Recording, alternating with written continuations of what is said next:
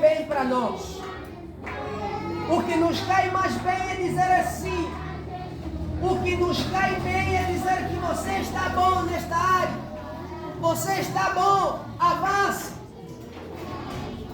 Mas nesta manhã queremos aprender de que você deve aprender a ouvir o não. Estamos numa geração habituada com sim. Tudo sim. Tudo sim. Mas é preciso aprender o não. É preciso sabermos o não de Deus. Quando nós não obedecemos o não de Deus, nos traz consequências. Então aprenda, nesta manhã, aprenda a ouvir o não de Deus. Aprenda também a ouvir o não. Vemos neste texto que acabamos de ler, vemos ali a vocação de Jeremias.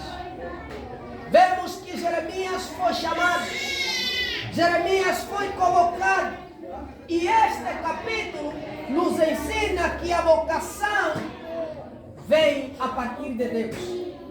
Ninguém sai de casa para ser convocado. Ninguém sai do seu trabalho para ser chamado, para ser convocado, se Deus não tocar. Se o Espírito Santo não falar, ninguém será chamado. Deus é que chama o homem para profeta. Deus é que capacita o homem. Deus é que transforma o homem. Deus é que faz com que este homem seja um pregador. Deus é que faz com que esta mulher seja uma mulher educadora. Deus é que inspira a sua pregação. Deus é que protege. Lá no versículo 8 que nós vimos, aí vemos que Deus, Ele é que protege o homem. O homem muitas vezes, quando é chamado, a primeira reação é o medo. A primeira reação é olhar em frente daquilo que vai surgir. Mas Deus garante a proteção divina. Uma proteção infalível. Deus determina a forma da sua ação.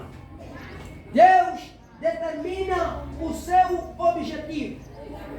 E a vocação também. A vocação para servir a Deus não vem de uma educação humana. Para ser um profeta de Deus, para ser um servo de Deus, isto não vem de uma educação humana, mas isso vem a partir da vocação de Deus. É Deus que chama o homem. É o Espírito Santo que capacita o homem. É o Senhor Jesus que vai perdoar os pecados do homem. Mas aqui vamos ver que Jeremias é chamado. Mas nesta chamada, Jeremias, primeiro vemos que o historial de Jeremias foi chamado muito antes, quando estava no ventre de sua mãe. E Deus vai dizer que antes que você estava na madre, antes que você estava na barriga de sua mãe, eu já o conheci. O Senhor nos conhece. O Senhor conhece melhor a vida de cada um. Por isso que a Bíblia nos ensina que não devemos julgar, porque não conhecemos o interior de cada um para além de Deus. Deus nos conhece melhor. E vemos que Jeremias é chamado. Mas Jeremias, ele vai tentar desistir. Vejamos ali no versículo 6, vamos ver que Jeremias, ele tenta recuar, a partir do versículo 6 ao versículo 7. Jeremias vai dizer que eu não passo de uma criança. Eu não passo de uma criança. Eu não sei falar. Eu não sei orar. Eu não sei pregar. Eu não sei falar. Não sei me expressar. Mas Deus vai dizer que não diga que você é uma criança. Porque tudo que você vai falar, tudo que você vai levar para lá, eu é que vou colocar na sua própria boca. Jeremias ainda tentou insistir. Jeremias tentou recuar de Deus. Mas Deus vai dizer não. Não podes recuar. Porque tudo que você vai falar, eu vou colocar em sua boca. Simplesmente você vai falar aquilo que eu colocar na sua boca. Hoje, o que aparece é o contrário. As pessoas falam aquilo que Deus não colocou na boca dele. Hoje, as pessoas falam aquilo que vem. Aquilo que vem, segundo a carne, é que ele vai falar. Daí vai surgir outros a lamentar, outros a dizer que eu fui mal falado, me criticaram, me falaram. Por quê? Porque tudo parte de uma iniciativa. Falamos aquilo que Deus não colocou nos nossos lábios. Falamos aquilo que o Espírito Santo não aprovou. Mas para Jeremias, o Senhor o consola.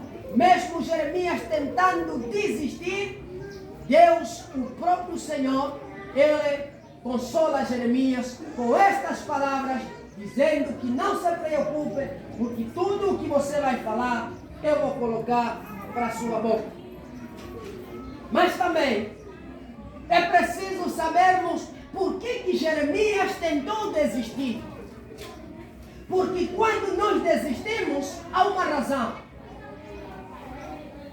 O nosso não sempre tem uma justificação. Há quem diz que eu não posso porque, eu não posso devido, eu não posso por causa. Temos sempre uma resposta na área negativa. Mas aqui é preciso sabermos por que Jeremias tenta desistir. A primeira coisa que Jeremias vê à sua frente é a oposição. Hoje, quando nos colocam no sítio, a primeira coisa que nos vem em mente é que eu sou inferior demais.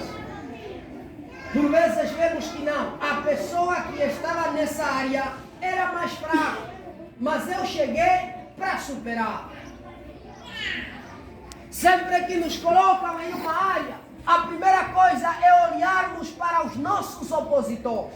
E Jeremias olhou para os seus. Jeremias olhou em frente dele, já passou alguém. Em frente dele já estava alguém que era o profeta maior, que era o profeta Isaías. Então ele tenta desistir. Jeremias tenta recuar. Jeremias não quer avançar. Mas Deus consola Jeremias. Mas Jeremias tenta desistir, olhando nos seus homens, olhando nos homens que passaram em frente. Jeremias vê, o profeta Isaías já passou, o profeta Isaías já anunciou. E quem era o profeta Isaías?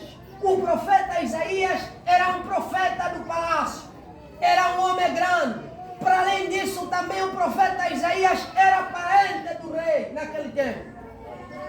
Então, para Jeremias, ele considerava-se como um inferior. Porque Jeremias foi convocado neste capítulo com 24 anos. Jeremias sentiu-se inferior. Porque Jeremias não era profeta de palácios. Jeremias não era parente do rei. Jeremias era profeta de bairros. Era profeta de pequenas cidades.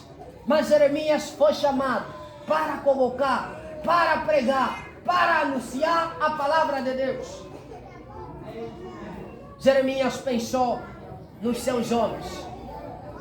Entenda que cada um de nós sempre tem uma reação negativa. Jeremias, a reação dele é que à minha frente já tem pessoas maiores que passaram lá. Eu não farei nada. A primeira coisa é que eu não sei falar. Mas Deus, ele o consola. Deus consola Jeremias.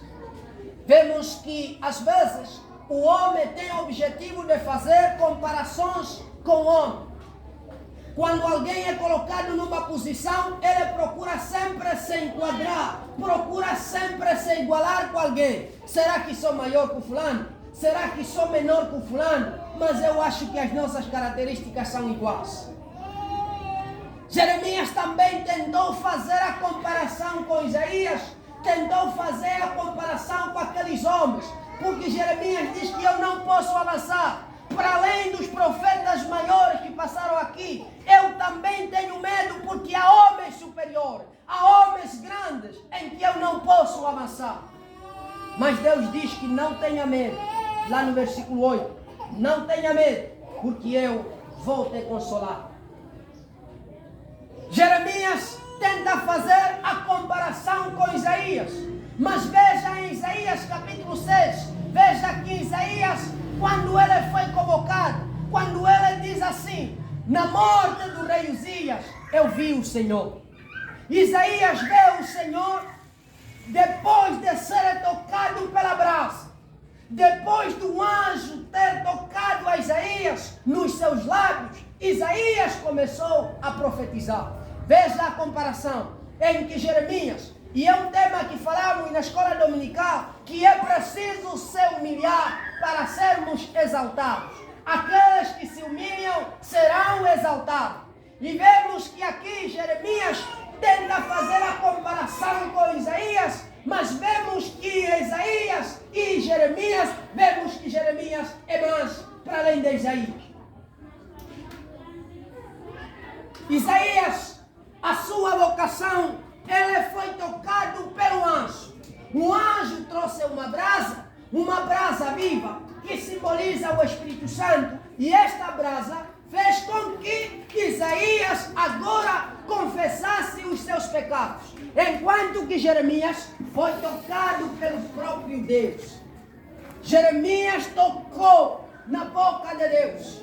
Deus tocou na boca de Jeremias, e Jeremias começou a falar aquilo que Deus colocou nos seus lábios. Mas para Isaías foi tocado pelo anjo. Jeremias foi tocado pelo próprio Deus. Isaías foi tocado pelo Espírito, pelo anjo, porque os seus lábios estavam sujos. Aí Isaías vai dizer que eu agora, os meus pecados estão perdoados, porque eu estava sujo. As nossas enfermidades foram saradas. Isaías é tocado pelo anjo, porque os seus lábios estavam sujos. Mas Jeremias é tocado pelo próprio Deus, porque nunca os seus lábios ficaram sujos com palavras perversas. Isaías envia para Isaías um anjo, e este anjo fez com que tocasse nos lábios de Isaías, e Isaías começasse a falar. Mas para Jeremias, Deus tocou diretamente na boca de Jeremias. O próprio Deus tocou nos lábios de Jeremias, porque os lábios de Jeremias nunca tiveram sujo. Em Jeremias capítulo 12, verso 5, diz que se você se cansa carregando com homens, seus inimigos, em lugar onde moras, como vais aguentar a corrida de cavalos? Se você não aguenta correr com os homens, se você não aguenta enfrentar os seus inimigos, se você não aguenta correr com os seus inimigos, se você não aguenta orar pelos seus inimigos, que você vive com eles nesta terra, como é que você vai aguentar uma corrida de cavalos? Como é que você vai aguentar? Se você não aguenta tropeçar numa terra segura, como é que você vai aguentar para atravessar no mar, para atravessar no rio, para atravessar numa mata inundada com muito capim e picos? Como é que você vai atravessar? Jeremias é chamado, Jeremias é convocado para Deus, Jeremias é tocado pelo Senhor, Jeremias recebe a vocação, Jeremias recebe o anúncio, Jeremias recebe a palavra de que não se deve negar, mas ele deve avançar, porque tudo o que Deus vai fazer, tudo o que Deus vai colocar, simplesmente Jeremias vai seguir aquilo que o próprio Deus ordenou. Mas é preciso, vemos que ali é preciso corrermos com a nossa vida espiritual. É preciso sabermos caminhar. Na liturgia, o nosso irmão leu lá em Jeremias 12:5, que se nós não corrermos, se não conseguirmos corrermos com os homens que nós vivemos com eles, como é que vamos conseguir correr com cavalos? Se com os homens nós estamos a aguentar. Se orarmos a favor dos nossos irmãos, estamos a patinar. Se orarmos a favor da igreja, estamos a patinar. Se orarmos a favor dos programas da igreja, estamos a andar de boleia. Como é que vamos aguentar orarmos a favor de uma espécie, de uma Angola, de um mundo inteiro, de um planeta tão grande? Como é que vamos conseguir aguentar? Deus, amados irmãos, Deus nunca vai dizer é só vitória. Temos cantado aquele hino que agora é só vitória, é só vitória. Mas saiba que Deus nunca vai dizer que agora é só vitória. Primeiro tem de haver lutas. Primeiro tem de haver dificuldades. Primeiro tem de haver consequências. Primeiro tem de haver problemas. Primeiro tem de haver circunstâncias tão difíceis para haver vitória. A vitória não vem de nada. Deus nunca vai dizer que agora acabou. Deus nunca vai dizer na sua vida que agora as coisas estão limpas. Deus nunca vai dizer que agora você está salvo. Não. Deus nunca vai dizer isso. Primeiro tem de haver lutas, tem de haver vitórias, tem de haver angústia, tem de haver solidão. Vai passar momentos que você vai viver na solidão. Vai passar tempos em que você vai se sentir isolado. Você vai se sentir isolada. Você vai se sentir como se estivesse sozinho.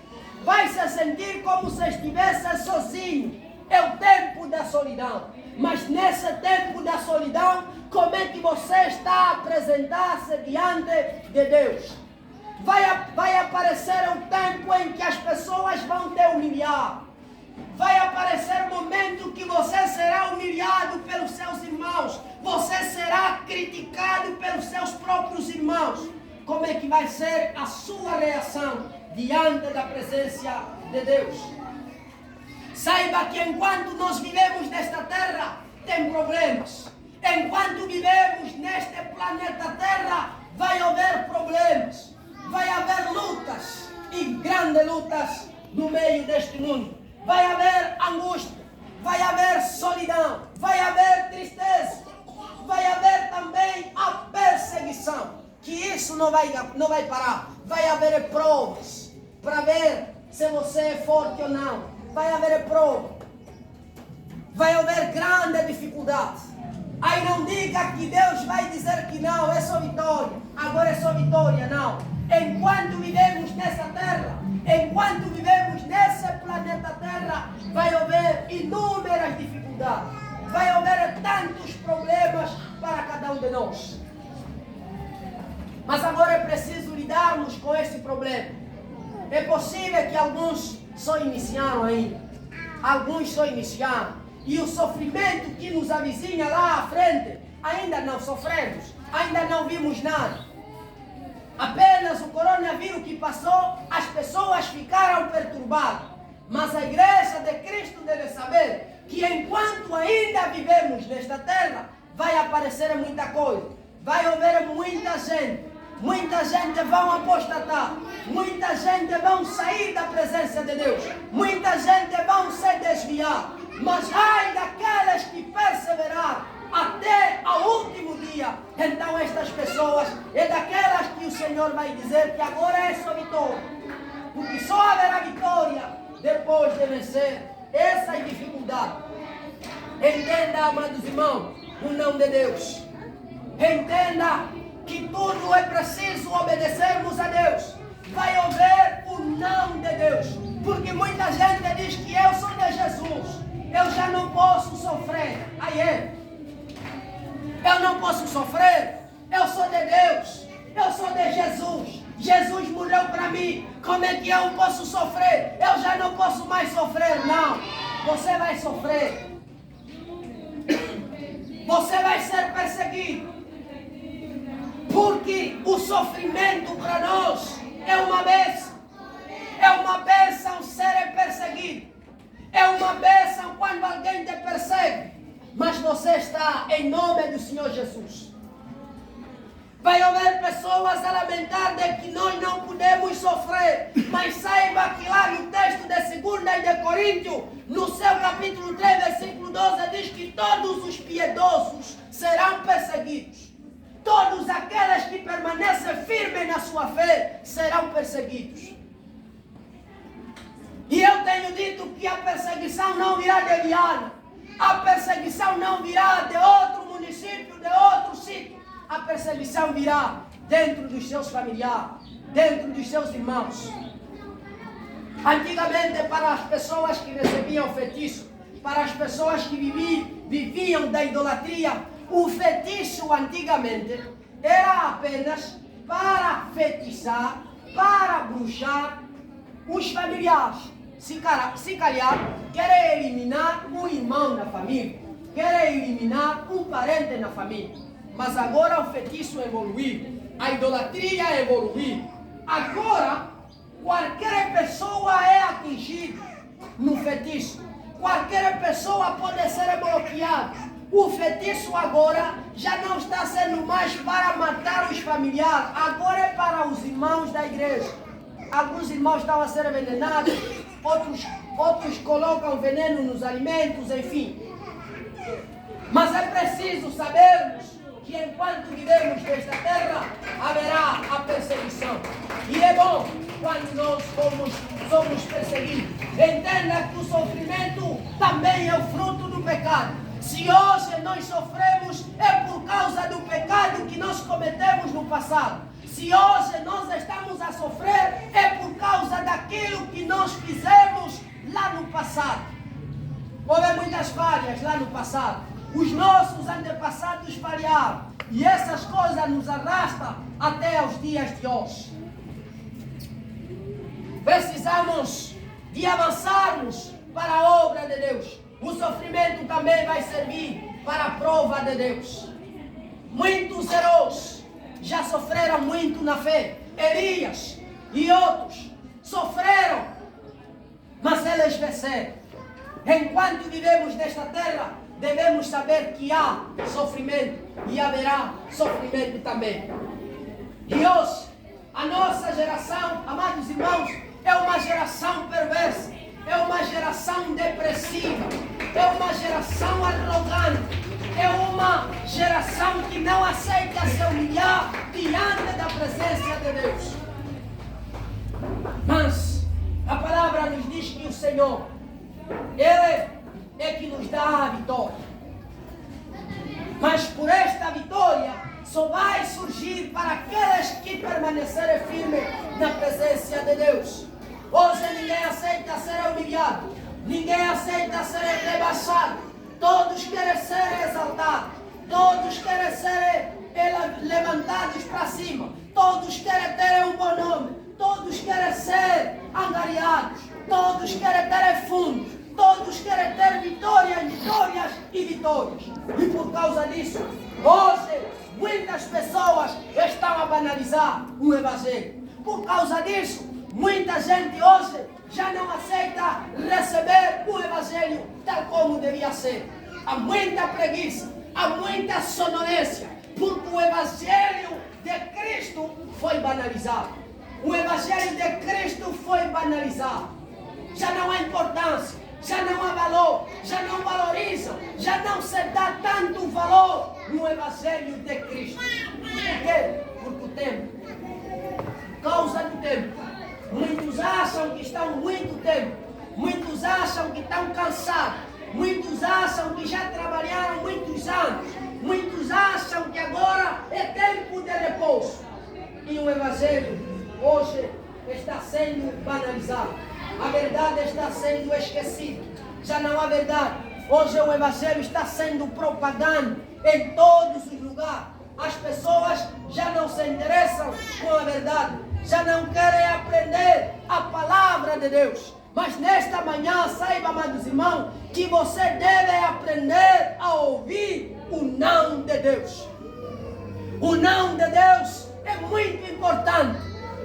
O não de Deus é muito especial na vida de cada crente, na vida de cada cristão. É preciso aprender a ouvir o não de Deus. Jeremias tentou desistir, mas Deus disse que não. Você não deve desistir. Você deve avançar com a obra de Deus. Aprenda a ouvir o não de Deus. Porque o não começou desde a geração antiga. É onde começa a palavra não. O não começou desde a criação do homem.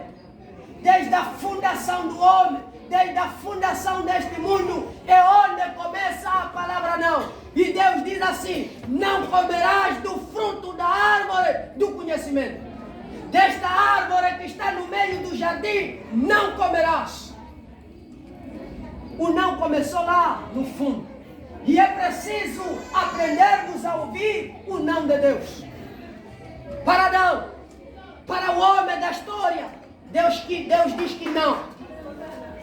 Deus diz que não comerás da árvore do fruto do conhecimento. Se você comer, você vai morrer. Ainda Deus disse que não para o homem da intimidade, o homem que temia a Deus, o homem que permaneceu na intimidade com Deus, Moisés. Deus diz que não, você não vai entrar na terra prometida. Deus diz que não para Moisés, você não vai entrar na terra prometida, por causa da desobediência. Ainda vemos para Deus ainda diz não para o segundo homem, segundo o seu coração. Diz que a espada não vai apartar da sua casa por causa do teu adultério. Ainda Deus disse que não por um homem paciente, o homem mais paciente no Antigo Testamento, Jó. Deus diz que não vou falar contigo. Apenas quando as provas acabar, as provas que eu te dei, o castigo que eu te dei, essa prova que você está a passar, esse castigo que você está a passar, não vou falar ainda contigo. Só quando a prova terminar, só quando essas provas terminar, é quando vou falar contigo. Deus diz que não vou falar contigo, apenas quando terminar essa prova. Ainda Deus diz que não para o Deus que se fez homem, para o Senhor Jesus, um Deus que se fez homem. Deus diz que não, no momento em que Jesus estava a passar um grande sofrimento, em que os seus discípulos foram todos para orar. E naquele momento os discípulos começaram a dormir. E Jesus dizia: nem sequer uma hora conseguem vigiar. Os discípulos abandonaram Jesus. E chegou no momento em que Jesus, o Filho de Deus, Jesus que se fez Deus, que se fez homem nesta terra, Jesus estava a passar por grande sofrimento. E ele na última hora dizia: Pai, se for a sua vontade, que este cálice me passe, segundo a sua vontade. Mas Deus diz que não vou apartar o cálice de ti. Aprenda, amados irmãos, a ouvir o não de Deus. Vemos ainda que Deus ainda diz para o maior pontador da igreja no Novo Testamento, o maior pontador da história do Novo Testamento, o apóstolo Paulo, quando ele foi na sua terceira viagem lá para Roma, vemos que o apóstolo Paulo, depois de passar num grande sofrimento, uma escama vinha sobre os seus olhos, mas o apóstolo Paulo, ele gritou: Senhor, me tira os espinhos. Mas o Senhor diz que não tirarei os espinhos, mas a minha graça te basta.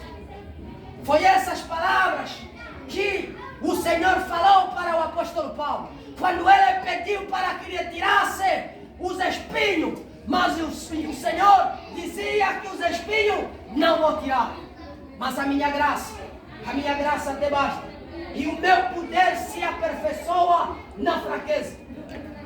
Deus disse que não, e temos que obedecer.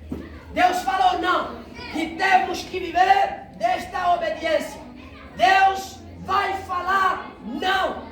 Vai ter namoro que não vai avançar. Vai ter namoro que vai começar e vai terminar. Vai ter casamento que vai acontecer, mas depois o casamento vai se desfazer. Vai ter problemas que serão resolvidos e vai ter problemas que não serão resolvidos, porque é preciso sabermos ouvir o não de Deus. Se Deus dizer que isto não vai ser realizado, não será realizado. Se Deus dizer que isso vai ser realizado, é porque vai ser realizado. Mas nós temos que aprender a ouvir o não de Deus. Temos que aprender a balancear. Quando é que Deus está a dizer sim? Quando é que Deus está a dizer não? Vai ter namoro que vai fracassar. Vai ter pessoas que serão criticadas. Vai ter pessoas que vão ter a oportunidade. Vai ter momento que você vai ter a oportunidade, mas ninguém vai te dar a oportunidade. Você terá a chance, mas ninguém vai te dar essa chance. Vai ter pessoas que serão criticadas pelas imagens, pelos vídeos que vão ver, vão ser criticados pelas imagens, pela roupa que vestem. Muitos serão criticados, mas é preciso sabermos o ouvir de Deus. É preciso sabermos ouvir o não de Deus, porque o não de Deus fala mais alto. Vai ter pessoas que também serão humilhadas diante da presença de Deus, mas o amor de Deus, por mais que nós formos humilhados, por mais que nós formos criticados, por mais que nós tentarmos realizar os nossos próprios desejos e for fracassado por causa do amor de Deus, o amor que nos aproxima diante de Deus, isso vai acontecer por causa do amor de Deus. O amor de Deus nos aproxima. O amor de Deus nos faz chegarmos mais próximo de Deus. Ainda que houver essas barreiras, ainda que houver essas dificuldades, nós seremos mais que vencedor. Porque quem passa pelo que ninguém passou, vai chegar onde chegou. Deus também disse que não, e você tem que obedecer. Deus diz que ora você aqui não deve mais avançar, e você deve ouvir o não de Deus. Por causa disso, amados irmãos, a igreja ou a geração que nós vivemos, por causa da geração que não quer obedecer o não de Deus, por causa de muita gente que não quer ouvir o não de Deus, hoje estamos numa geração de crentes mimados. Estamos numa época em que os crentes são mimados. Os crentes de hoje são mimados, são balanceados, são colocados na peneira, são colocados na balança. Este irmão, se você falar assim, ele vai desistir. Esse irmão, se você lhe corrigir, ele vai deixar de vir na igreja. Estamos numa geração de crentes mimados. E eu dizia que o evangelho está sendo banalizado por causa de crentes mimados. Temos crentes mimados, crentes mimosos. Temos crentes que são mimados. Diz que não, vale a pena quando nós estávamos com o pastor, vale a pena quando nós andávamos com o líder, vale a pena quando nós estávamos com aquele dirigente, valia a pena. Hoje temos crentes e crentes e crentes mimados. Não pode ser corrigido, desistem da igreja. Não pode ser alertado, recuam para trás. Não pode ser chamado a atenção, desistem logo. São crentes mimados. E o evangelho está